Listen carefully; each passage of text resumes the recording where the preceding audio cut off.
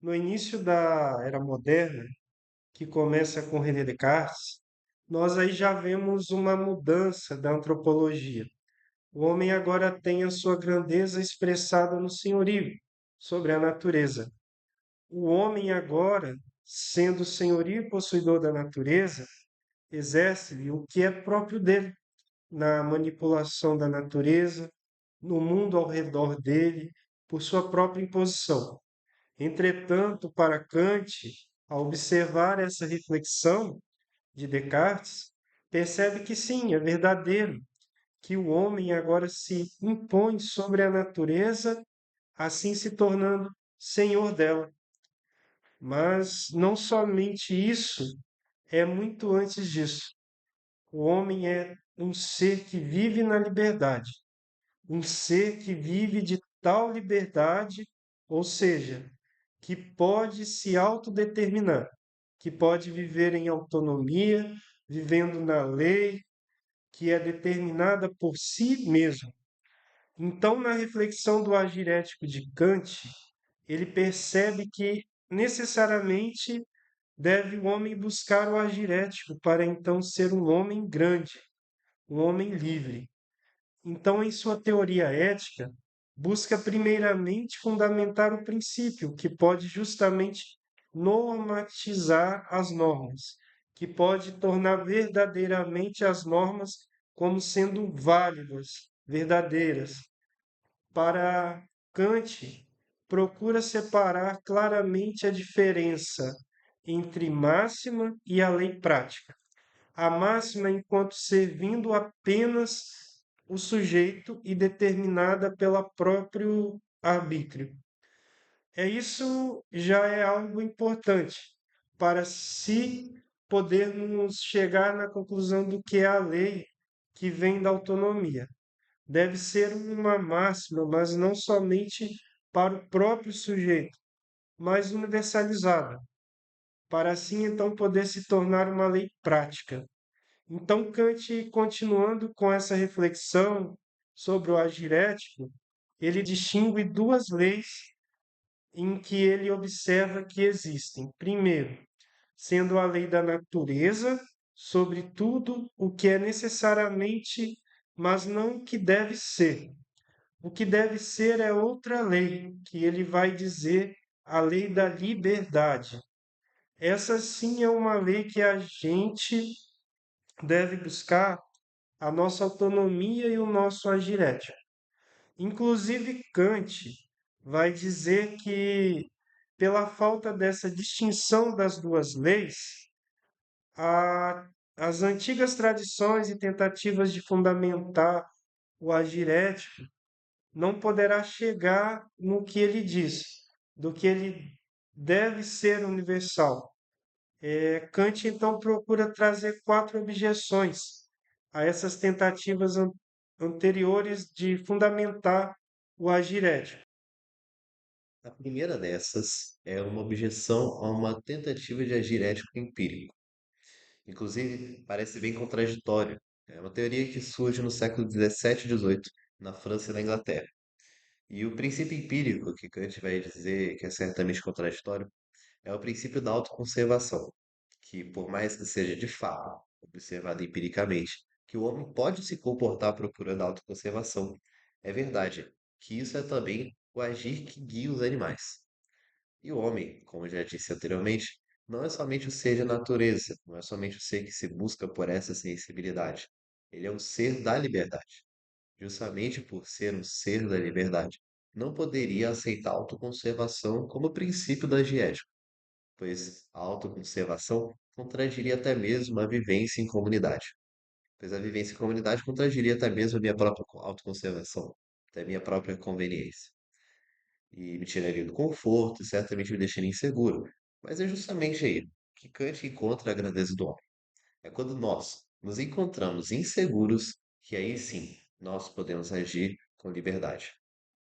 É justamente quando nós deixamos essa segurança da natureza, deixamos essa segurança do que é imposto por fora, do que é determinado para nós por fora, e quando buscamos a autonomia, quando buscamos essa lei no nosso interior, que é certamente a coisa que nos traz uma maior insegurança. É aí que somos livres verdadeiramente. Poderia o homem buscar a autoconservação como princípio ético, pois o homem não seria nada mais, nada menos do que um animal. Seria um egoísta e não buscaria verdadeiramente a universalização do agir ético. E é justamente e também pelo homem não ser um animal que tem instintos já pré-programados que orienta a seguir de tais e tais formas, justamente pelo homem não ser guiado por causa da sensibilidade, que não guiada pelo entendimento, é justamente pelo homem se autodeterminar e se autodeterminar livremente no futuro incerto, no agir que talvez possa trazer consequências negativas para si. É justamente nessa insegurança que se dá a liberdade no homem. Pois a liberdade para Kant não é a ausência de obstáculos externos, mas a obediência à lei moral interna. O segundo critério de agir ético que Kant vai contrapor, inclusive um critério que é defendido por um mestre seu, Wolff, é o critério que todo agir humano tem um fim necessário, e esse fim necessário é deduzido da essência humana, que é conhecida a priori. Veja que não seria possível para Kant o homem realmente já ter o fim de suas ações já determinado por causa de uma essência sua a priori. Visto que o homem, como antes tinha falado, ele é o ser que vive na liberdade. O terceiro ponto que Kant vai contrapor é uma noção que já é vista na Grécia Antiga, que o homem está inserido, então, no cosmos, no universo, uma ordem superior, da ordem que ordena todas as coisas, as quais estão inseridas nela e ordena para um fim útil. E como ser humano sendo inserido nessa ordem eterna, imutável e superior, ele não poderia, quer dizer, ele não deveria buscar agir somente por sua própria vontade, mas seguir essa vontade da ordem eterna, cooperar com essa ordem eterna. E essa cooperação com a ordem eterna seria o que de fato faria o homem poder agir eticamente e agir de acordo com a comunidade, de acordo com os interesses da comunidade. Só que para Kant, além de ser um absurdo, que é uma lei ser imposta de fora e não da própria razão do homem, para Kant o homem não deveria ser determinado a buscar e viver em comunidade, mas deveria ser convidado, deveria ser estimulado, estimulado a viver em comunidade. Para Kant, isso tudo seria não mais do que um mero determinismo. O quarto e último ponto que Kant analisa e contrapõe é quando se busca a principiação do agir ético numa vontade de outro. E é algo que ele observa principalmente na tradição cristã, como, por exemplo, quando os cristãos buscam fundamentar o seu agir moral e todo o seu agir numa vontade de fora, vontade de outro. Seja uma vontade que eles imaginam que seja de Deus, uma vontade que esteja expressa principalmente nos documentos históricos da Bíblia, e talvez até mesmo de pretensas experiências místicas com Deus. Para Kant, o cristianismo tem até coisas válidas, tem coisas importantes para a nossa caminhada no discurso ético, da reflexão ética. Mas essas coisas, essas reflexões e também os documentos da Bíblia devem ser postos, segundo Kant, diante do espírito crítico da razão moderna, e não serem postos, como assim o cristianismo faz, como verdades absolutas. Por isso, então, Kant, ao observar todas essas outras tentativas de fundamentar o agir ético, ele então começa a sua busca juntamente procurando aquela normatividade das normas, aquilo que dá a forma das normas, e não poderia ser uma fundamentação de normas concretas, pois elas são históricas e contingentes. Kant busca a normatividade das normas, a norma que dá forma às normas materiais e concretas. E nessa reflexão, Kant observa que tanto a liberdade quanto a lei moral não podem ser deduzidas da razão, pois elas não são realidades da razão, mas realidades da prática. E é justamente na experiência prática, na experiência vivida da liberdade, no incondicionado, que o condicionado, o homem, ele pode ouvir a ideia da liberdade e da lei moral. E é pelo fato de que ele já está inserido nessa realidade da liberdade que assim ele pode poder pensar na liberdade, que pode agir na liberdade. não é uma coisa que provém da razão, mas uma realidade já existente. Não poderia o homem poder agir moralmente se ele já não estivesse inserido nessa realidade da liberdade da lei moral. E como já dito anteriormente, Kant não busca no princípio da normatividade o que é mais o que deve ser, o que deve orientar o agir moral.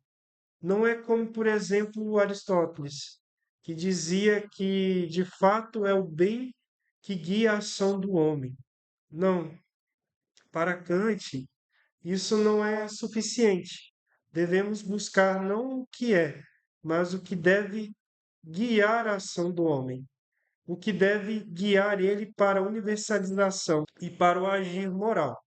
E é a verdade que muitos falam que Kant é apenas um formalista e que ele acaba desprezando também as leis concretas, as leis que já regem a sociedade. Só que Habermas, inclusive, vai mostrar que Kant nunca desprezou as leis concretas. Muito pelo contrário, Kant admitia que era importante, extremamente importante, você está inserido na sociedade para, sem poder, agir de acordo com as leis daquela sociedade. Entretanto, a forma que Kant quer trazer não é a forma no sentido de abstração das leis concretas existentes, mas uma forma que pode dar legitimidade às normas. Agora, quanto à dignidade humana, Kant vai trazer a questão do respeito, porque para Kant, o respeito é um sentimento a priori, pois é um sentimento moral que independe da sensibilidade e, evidentemente, é produto da razão prática.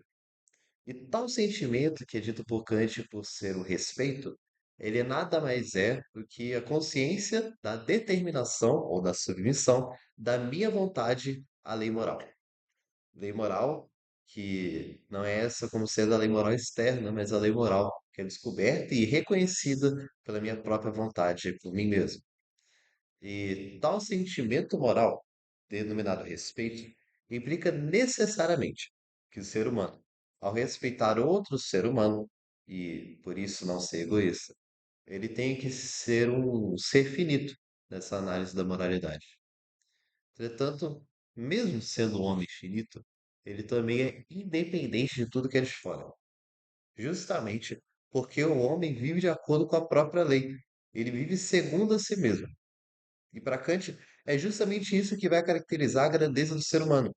E o homem, então, ao perceber que consegue se absolutizar ao obedecer à própria lei moral, ao viver por si mesmo e ser, de fato, limitado e perceber que é fim em si mesmo, deve necessariamente, no contato com o outro, no contato com a alteridade, perceber também esse fim em si mesmo no outro. Não tratar o homem como sendo um meio para o fim, mas, assim como ele mesmo é fim em si mesmo, perceber que o outro é também fim em si mesmo. Não mais tratar a subjetividade como eu reconhecer que todo o resto é objeto, e objetificando assim toda a realidade, perceber então minha subjetividade. Mas vivendo essa subjetividade, percebendo essa subjetividade ao mesmo tempo que percebe, reconhece e respeita a subjetividade da alteridade. E agora? Claro, entendendo todo esse caminho que Kant trilhou, agora realmente podemos compreender as três fórmulas que Kant nos dá do imperativo categórico, que deve guiar a ação do homem, a ação moral do homem necessariamente. A primeira fórmula sendo da lei universal. Age apenas segundo uma máxima tal que possas querer ao mesmo tempo que se torne lei universal. A segunda fórmula sendo a da humanidade. Age de tal maneira que use a humanidade, tanto na tua pessoa como na pessoa de qualquer outro, sempre simultaneamente como fim e nunca simplesmente como meio. E a terceira e última fórmula seria do reino dos fins. Age como se fosses, através de tuas máximas, sempre um membro legislador no reino universal dos fins. A ação moral do homem, então, para Kant, tem um peso fundamental para que não somente ele se contente em viver no reino da liberdade, mas efetive verdadeiramente essa liberdade no segmento da ação moral interna.